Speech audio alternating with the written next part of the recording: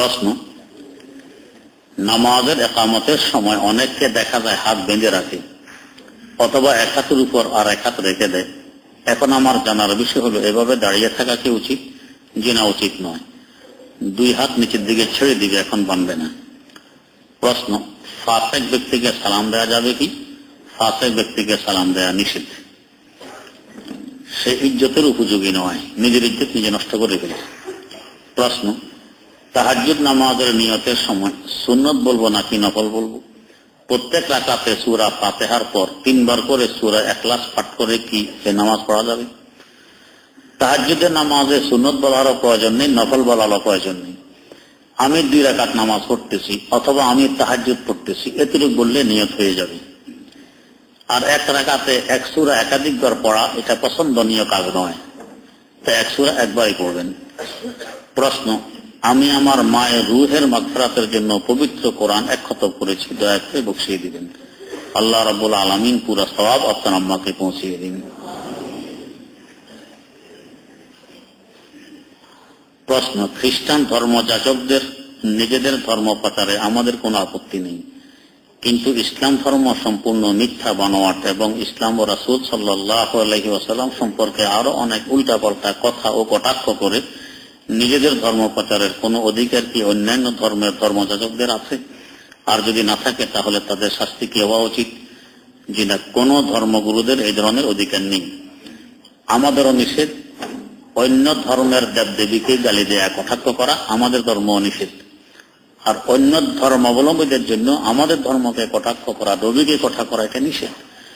ইসলাম যে হক তার একটা প্রমাণ, সমস্ত নবীকে ইসলাম শ্রদ্ধা করে। আল্লাহ নবী সাল্লাল্লাহু আলাইহি ওয়াসাল্লাম বলে গেছেন, সমস্ত নবী আমার ভাই। আমরা সকলকে শ্রদ্ধা করি, সকলের নামাজকে আলাইহিস সালাম, আলাইহিস সালাতু ওয়াস সালাম, আলা নবিয়িনা ওয়া আলাইহিস সালাতু ওয়াস সালাম দুরূদ শরীফ পড়ি, কিন্তু ওরা আমাদের নবীর নামাজটা পড়ে না। তাহলে এবার বলুন, সংকীর্ণতা কার মধ্যে, সাম্প্রদায়িকতা কার মধ্যে? এগুলি সব 16 আনার উপরে 32 আনা পাওয়া যায় বিজেপির মধ্যে। দোষ সাফায় মুসলমানদের, এদের মধ্যে সাম্প্রদায়িকতা আছে, আল্লাহ মাফ করুক। এরা এই ধরনের বিধিবিধান না মানলে তাদের শাস্তি সরকার যে নির্ধারণ করবে, ওটাই তাদের শাস্তি। প্রশ্ন, মুরগির গলার হাড়ের ভিতরে যে সাদা রগ আছে তা খাওয়ার হুকুম কি? তা খাওয়া মাকরুহে তাহরিমি। ফতোয়ায়ে শামীর ব্যাখ্যাগ্রন্থ এবং এমদাদুল ফতোয়া, এই 2 কিতাবে পাবেন, লেখা আছে এটা মাকরুহে তাহরিমি। ফতোয়া শামীর ব্যাখ্যাগ্রন্থ হাশিয়াতুত তাহতাবি আলা দুর্বল হয়, দুরে মুখতারের ব্যাখ্যাগ্রন্থ। প্রশ্ন, অনেক মুরগি দোকানে দেখা যায় যে মুরগি জবাই করে একটি সংকীর্ণ চুঙ্গির ভিতরে রেখে দেয়, এর ভিতরে মুরগির জান বের হয়, এর বিধান কি এবং এমন মুরগি খাওয়ার হুকুম কি? এটা বৈধ, এই মুরগি খেতে কোনো সমস্যা নেই। প্রশ্ন, মুফতি জসিমউদ্দিন রহমানী কি সহিহ আকীদার অধিকারী? ওনার আকীদা এবং বিভিন্ন মাসালা সম্পর্কে যা শুনেছি অনেকগুলো ভুলভ্রান্তি, সবগুলি সহিহ নয়। প্রশ্ন, কোন ব্যক্তি নামাজের প্রথম রাকাতে ভুলে বসে গেল, তার করণীয় কি? 3 তাসবিহ পরিমাণ যদি বসে থাকে, 3 তাসবিহ মানে 41 অক্ষর পাঠ করতে যে পরিমাণ সময় লাগে, এই পরিমাণ সময় যদি বসে থাকে তাহলে সুজদা ওয়াজিব হবে। এর আগে আগে উঠে গেলে কোনো কিছু করা লাগবে না। প্রশ্ন, তাশাহুদ পড়ে দাঁড়ালে নামাজ হবে কি? সুজদা দিলে হয়ে যাবে। প্রশ্ন, আমাদের আত্মীয় স্বজন যদি কেউ মারা যায়, আমরা তাদের দেখতে গেলে অনেক সময় দেখা যায় আমাদের রাত্রে থাকতে হয়। এই ক্ষেত্রে দেখা যায় অনেকে বলে ওই বাড়িতে রাত কাটানো নাকি 3 দিন থাকতে হয়। এটা কি ইসলামের দৃষ্টিতে সত্য? জিনা সত্য নয়। আপনার পক্ষে যতক্ষণ সম্ভব থাকলেন, কোন সময় ইসলামের দৃষ্টিতে নির্ধারিত নয়। প্রশ্ন, চলমান বিবাহ অনুষ্ঠান যেভাবে পালন করা হয়, এই ধরনের বিবাহ অনুষ্ঠানে অংশগ্রহণ করা যায় আছে কিনা? যদি সেখানে নাচ গান হয়, আরো অন্যান্য ধরনের বেপরদা গুনাহের কাজ হয়, তো সেখানে অংশগ্রহণ বৈধ নয়। প্রশ্ন, ক্ষমা করা আল্লাহ রাসূল সাল্লাল্লাহু আলাইহি ওয়াসাল্লামের একটি মহান আদর্শ। কেউ যদি আমাকে আঘাত করে, ইনশাআল্লাহ আমি তাকে ক্ষমা করে দিব, কিন্তু কোন কাফের যদি কোন মুসলিমের নারী মুসলিম শিশুকে আমার সামনে নির্যাতন করে, আমার শক্তি থাকার পরও সেই কাফেরকে ক্ষমা করে দেওয়ার অধিকার কি ইসলামে আমাকে দেয়? সরকারকে অধিকার দেয় না। কিন্তু আমি যদি এখানে প্রতিশোধ নিতে যাই আর আমার প্রতিশোধ নেওয়ার শক্তি সামর্থ্য না থাকে, তাহলে লাভের তুলনায় ক্ষতি বেশি হবে। এই সময় ইসলাম বলবে ধৈর্য ধারণ করো। এই হুকুমটি বর্তাবে সরকারের উপরে, সে প্রতিশোধ নিবে। যেমন সিন্ধু প্রদেশ মুসলমানদের পতাকা তলে কিভাবে আসবে? একজন নারীকে নির্যাতন করেছিল হিন্দুরা, ওর প্রতিশোধ নেয়ার জন্যই হাজ্জাজ বিন ইউসুফ, উনি তার জামাতা এবং চাচাতো ভাই, ওনাকে পাঠাইলেন মোহাম্মদ বিন কাসেম রাহিমাহুল্লাহু তাআলাকে, যার বরকতে পুরা সিন্ধু দেশ মুসলমানদের পতাকা তলে আসে। প্রশ্ন, আমি একজন জেনারেল শিক্ষিত ছেলে, নবী মুহাম্মদ সাল্লাল্লাহু আলাইহি ওয়াসাল্লামের আদর্শকে ভালোবেসে দাঁড়িয়ে রেখেছি, টুপি ও সুন্নতি লেবাস পরিধান করি এবং অবসর সময়টা অপর বন্ধুদের সাথে দিনই আলোচনা করে কাটাই। বেশ কিছুদিন ধরে লক্ষ্য করছি আমাদের পিছনে কিছু গোয়েন্দা কাজ করছে, যারা আমাদের মতো যুবককে জীবনের মতো শেষ করে দিতে চায়। হুজুর আমাদের জন্য দোয়া করবেন, আল্লাহ রাব্বুল আলামিন সকলকে হেফাজত করুন।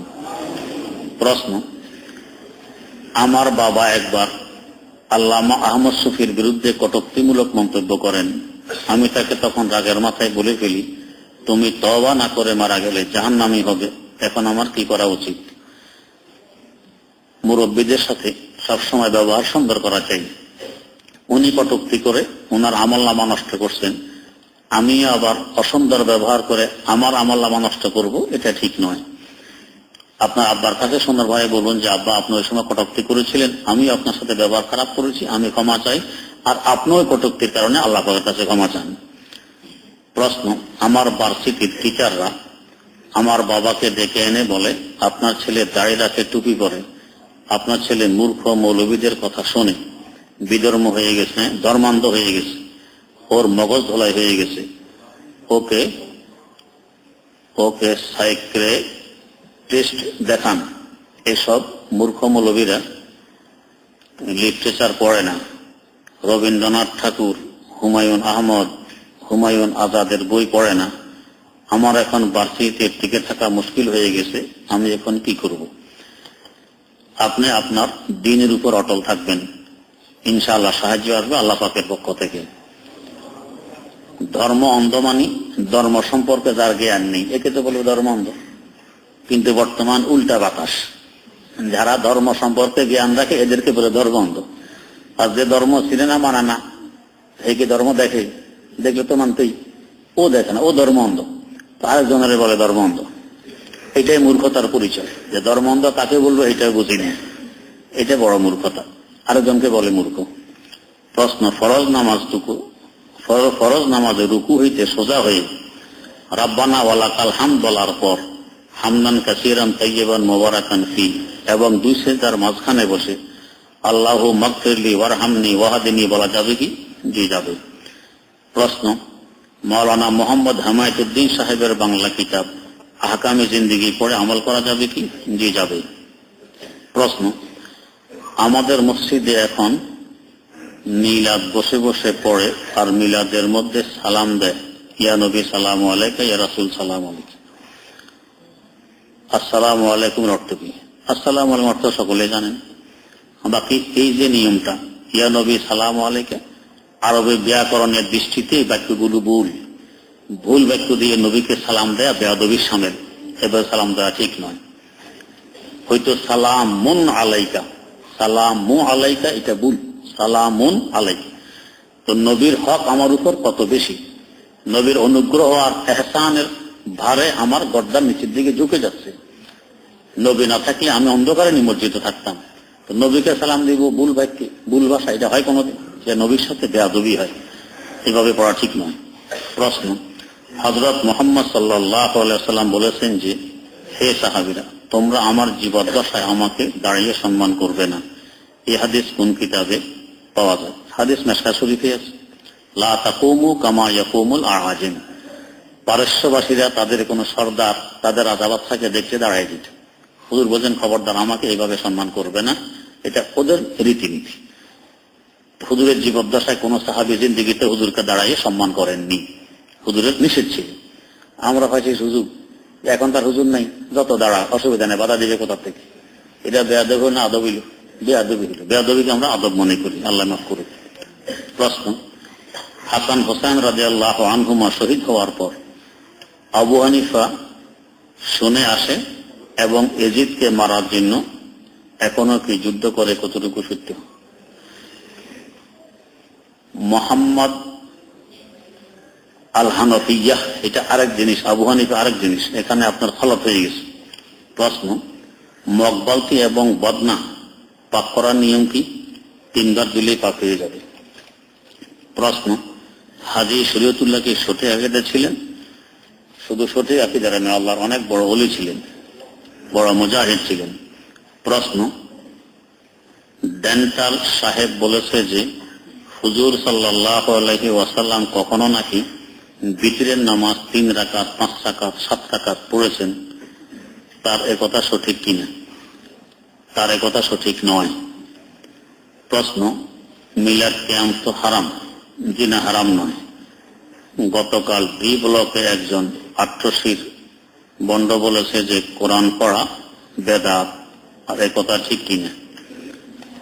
যাক, উনি কতটুকু বলছে, আমরা কতটুকু বুঝছি আর কতটুকু শুনছি আল্লাহ ভালো জানে। আল্লাহ পাক তো মানুষকে কিছু না কিছু বুঝবুদ্ধি দিছে। গতকালকে যা কিছু বলছে মাইকেতে শুনছেন, কোথাও আসেনি 2 লাইন শিখার মতো? যে তাদের এই পুরা কয়েক ঘন্টার বক্তব্য থেকে 2টা লাইন শিক্ষণীয় বা কোনো বিষয়ভিত্তিক কথাবার্তা, একটা কিছু বুঝাই দিব, চিল্লি ছাড়া, আল্লাহ মাফ করুন। এটুকু যদি মানুষ না বোঝে, এদেরকে আর কিভাবে বুঝাবো?